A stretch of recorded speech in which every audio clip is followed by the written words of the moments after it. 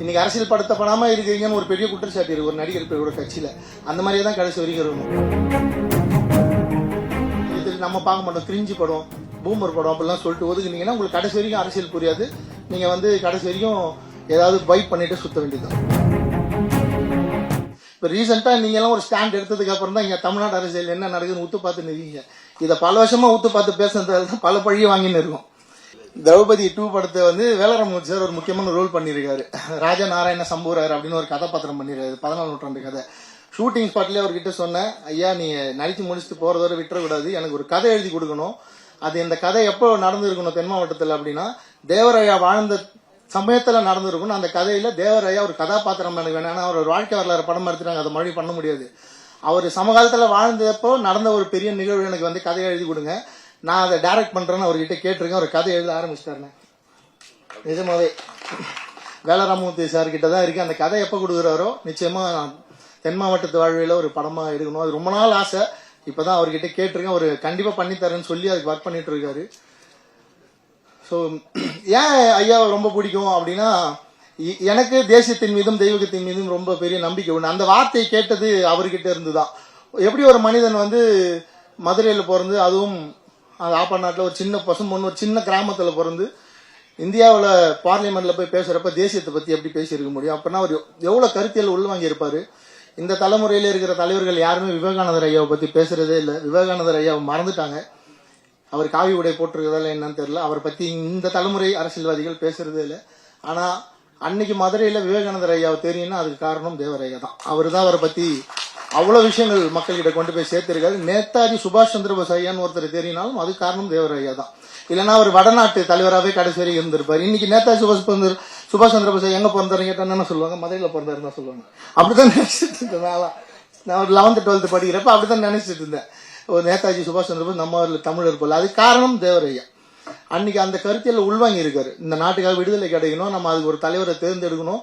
அவர் வடநாட்டுக்காரராக இருந்தாரு, யாரா இருந்தாலும் பிரச்சனை இல்லை. அவரோட கருத்து எப்படி இருக்கு, அதிரடியாக தான் நம்ம சொந்தத்தை வாங்கணும் முடிவு பண்ண ஒரு அதிரடியான மனிதன் அவரு. அவரு ஒரு 2 வருஷம் போயிட்டு திருப்பி இறை நம்பிக்கை ஏத்துட்டு வரப்பதான் அந்த மியூசியம் அழிச்சது. நான் படிச்ச வரலாறுங்க ஐயா, அது சரினா. ஸோ அதுதான் நான் படிச்ச வரலாறு. ஸோ அவர் அதுக்கப்புறம் வந்ததுக்கப்புறம் அந்த மென்மையான வாழ்க்கை வாழ்ந்தது தான் தெய்வீகமான வாழ்க்கை. இந்த பாட்டுல பாக்குறப்ப அது தெரியுது. அவரு சித்தரா அவரை புதைக்கிறப்ப விதைக்கிறப்ப அந்த தலை சாயறப்ப நல்ல ஷாட்னது. அவர் கழுத்துல அடிச்சு நீங்க சாயக்கூடாதுன்னு சொன்னதாலதான் இன்னைக்கு அந்த மதுரை மாவட்டம் முழுக்க அந்த சமுதாயம் தலை நிமிர்ந்து இருக்கு. இன்னைக்கு வரைக்கும் தமிழ்நாடு முழுக்க இருக்க இளைஞர்கள் இந்த படத்தை போய் பார்க்கணும். வெறும் யங்ஸ்டர்ஸா நம்ம ஆட்டம் பாட்டம் அனிருத் சார் மியூசிக் இருந்தா தான் படம் பார்ப்போம் அப்படிலாம் இல்லை. இந்த மாதிரி ஒரு தலைவர் வாழ்ந்திருக்காங்க. இவரை படிச்சீங்கன்னா தான் நீங்க நேதாஜி சுபாஷ் சந்திரபோஸ் ஐயா தேடி படிப்பீங்க, விவேகானந்தர் ஐயா தேடி படிப்பீங்க. தமிழ்நாட்டோட வரலாறு தெரியும், அரசியல் என்ன நடந்ததுன்னு தெரியும். அவர் எம்பியா இருந்தப்ப ஒரு 2 வருஷம் ஏன் பேச விடாம தடுத்தாங்கன்றது தெரியும். அவர் போய் பார்லிமெண்ட்ல பேசினப்ப அந்த 20 நிமிஷம் எவ்வளவு பெரிய ஸ்பீச் கொடுத்தாரு, எதை பத்தி பேசினாருன்றது புரியும். அதெல்லாம் புரிஞ்சாதான் நீங்க அரசியல் படுத்தப்படுவீங்க. இல்லைன்னா இன்னைக்கு அரசியல் படுத்தப்படாம இருக்கிறீங்கன்னு ஒரு பெரிய குற்றச்சாட்டு இருக்கு ஒரு நடிகர் ஒரு கட்சியில. அந்த மாதிரியே தான் கடைசி வரைக்கும் இருக்கணும். நீங்க அரசியல் படுத்தப்படணும்னா முத்துராமலிங்க தேவரையா மாதிரியான அரசியல் தலைவர்களை பத்தி படிக்கணும். அது நீங்க இது நம்ம பார்க்க மாட்டோம். கிரிஞ்சி படம், பூமர் படம் அப்படிலாம் சொல்லிட்டு ஒதுக்குனீங்கன்னா உங்களுக்கு கடைசி வரைக்கும் அரசியல் புரியாது. நீங்க கடைசி வரைக்கும் ஏதாவது பைட் பண்ணிட்டு சுத்த வேண்டியதுதான். ஸோ நான் யங்ஸ்டர்ஸ் கிட்ட, காலேஜ் ஸ்டூடெண்ட்ஸ் கிட்ட கேட்கறது, தயவு செஞ்சு இந்த படத்தை தியேட்டர் பார்க்க விருப்பம் இல்லைன்னா கண்டிப்பா ஓடிடில வந்ததுக்கு அப்புறம் பாருங்க. அதுவும் அந்த ப்ரொடியூசருக்கு நல்லதுதான். ஆனா இந்த படத்தெல்லாம் பாருங்க, பார்த்தாதான் உங்களுக்கு அரசியல்னா என்னன்னு புரியும். இப்ப ரீசெண்டா நீங்க எல்லாம் ஒரு ஸ்டாண்ட் எடுத்ததுக்கு அப்புறம் தான் இங்க தமிழ்நாடு அரசியல் என்ன நடக்குதுன்னு ஊத்து பார்த்து நிற்கீங்க. இதை பல வருஷமா ஊத்து பார்த்து பேசுறதுல தான் பல பழிய வாங்கின்னு இருக்கும்.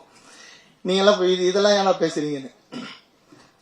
இது ஒரு அரசியல் படமா தான் நான் எதிர்பார்க்கிறேன். அப்படிதான் தியேட்டர்ல போய் ஃபர்ஸ்ட் ஷோ பார்க்க போற மக்களோட உட்காந்து இந்த குழுவினருக்கு இதுல தேவரையாவா நடிச்ச பஷீர் அண்ணனுக்கு நான் கிட்டத்தட்ட 4 வருஷமா பாக்குறேன். பஷீர் அண்ணன் இதே கெட்டப்புல தான் இருக்காரு. அதான் சுரேஷ் அண்ணன் சொன்ன மாதிரி தான். அவரை பாக்குறப்பெல்லாம் தூரமா போயிடுவாரு. ஐயோ எப்படி போய் பேசுறது, இந்த கெட்டப்லயே தான் இருக்காரு. ஒரு 4 மனுஷன் இருந்தா எப்படி இந்த படம் பண்ணீங்க, எப்படி என்ன கஷ்டப்பட்டீங்க, பீரியட் ஃபிலிம் ஆச்சு அப்படிலாம் கேட்கலாம். பாக்குறப்பெல்லாம் இந்த கெட்டப்லயே இருப்பாரு. வணக்கம் சொல்லிட்டு அப்படி கடந்து போயிடுவான். பயமா இருக்கும் பேசுறதுக்கு. ஸோ அந்த மனிதர் வாழ்ந்த ஒரு 2 தலைமுறைக்கு முன்னாடி வாழ்ந்த இந்த காலத்துல நம்ம வாழ்றோன்றது ரொம்ப சந்தோஷம்.